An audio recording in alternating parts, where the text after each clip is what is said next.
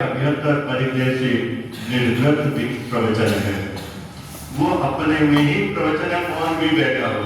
पहले अपने काम प्रवचन करते, जंगल में चले जाते थे, किसको देते थे? पेड़ों को थोड़ी प्रवचन देते। कोई संकट में आता था, कुछ आता था, उसे संबोधने के लिए देते थे। कोई राजा आके प्रार्थना करता था, दो बोलते थे, अन्यथा मौन ही रहते थे।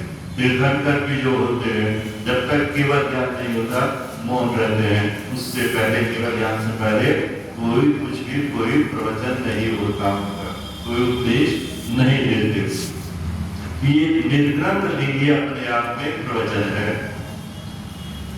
और यह मोक्ष प्राप्ति का साक्षात कारण आगम में कहा गया है। साक्षात मोक्ष प्राप्ति का कारण है कि पंचम काल में ना हो, लेकिन आगे के भाव में निश्चित रूप से उसको प्राप्त होगा जो उसका सही पालन करता है। यह अनुत्तर है। अनुत्तर से का मतलब इसके आगे कोई और पद का पद नहीं होता। मुनि से बढ़ के आगे कोई पद नहीं होता। आप सब शिखर पे जाते हैं तो क्या करते हैं, क्या कहते हैं?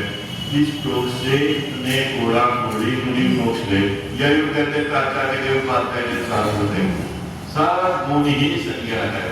इससे बढ़ के कोई बड़ा पद नहीं है। यह अनुत्तर है।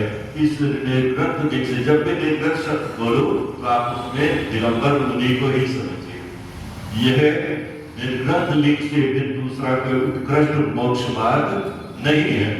कीर्ति संपत्ति है, कीर्ति भगवान द्वारा कहा गया है, परिपूर्ण है, कर्मों का नाश करने में कारणभूत होने से परिपूर्ण है, न्यायिक है, अर्थात परिपूर्ण रसत्रय के निकाय से संबद्ध रखने वाला है। ये सामायिक रूप है, खुद ही बैठा है, वो कुछ भी बैठा हो 24 घंटे, वो सामायिक नहीं है, वो सामायिक नहीं रहता। ये सामायिक रूप ही है। बात समझ में आई? तीन समय तो वो करता ही, लेकिन वो हर समय सामायिक में ही रहता। सामायिक का क्या मतलब है? वो सब जीवों पर सबका भाव करता है, इसलिए सामायिक रूप है। परम उदासीनता रूप है, अंदर से उदासीन तरह, तो उसे कुछ नहीं चाहिए, उसे कुछ नहीं से मोक्ष भी नहीं चाहिए, अपनी आत्मा में ही लीन रहता है, इसलिए उदासीन रहता है। उसे आहार मिले ना मिले, कैसा मिले कैसा ना मिले, ऐसी की तैसी है, वो उस बात का सोचता भी नहीं, उसका सोचता भी नहीं। अगर अंतराय भी होता है तो शाम का दोष नहीं मानता, तो उसकी वजह से हुआ, ना अपना दोष मानता, बस होना था हो गया, ना शावक का दोष है ना अपना, बस होना था, और उसमें शांत भाव धारण करता है, उसमें कभी आखिरी नहीं होता। जब 2-3 दिन बाद कभी लगातार उपवास हो जाए, अंतराय हो जाए, तो उसमें कोई वो विकसित नहीं होता। ये निर्गत लिंग ही सामायिक है, संशुद्ध है, अतिचार रहित है, आलोच का प्रायश्चित से विशुद्ध होने के कारण शुद्ध है, माया मिथ्या निदान आदि संदेश से दुखी जीवों को मिथ्या माया मिथ्या निदान आदि शक्तियों का नाश करने वाला है। मिथ्या माया मिथ्या निदान शक्तियों का नाश करने वाला है।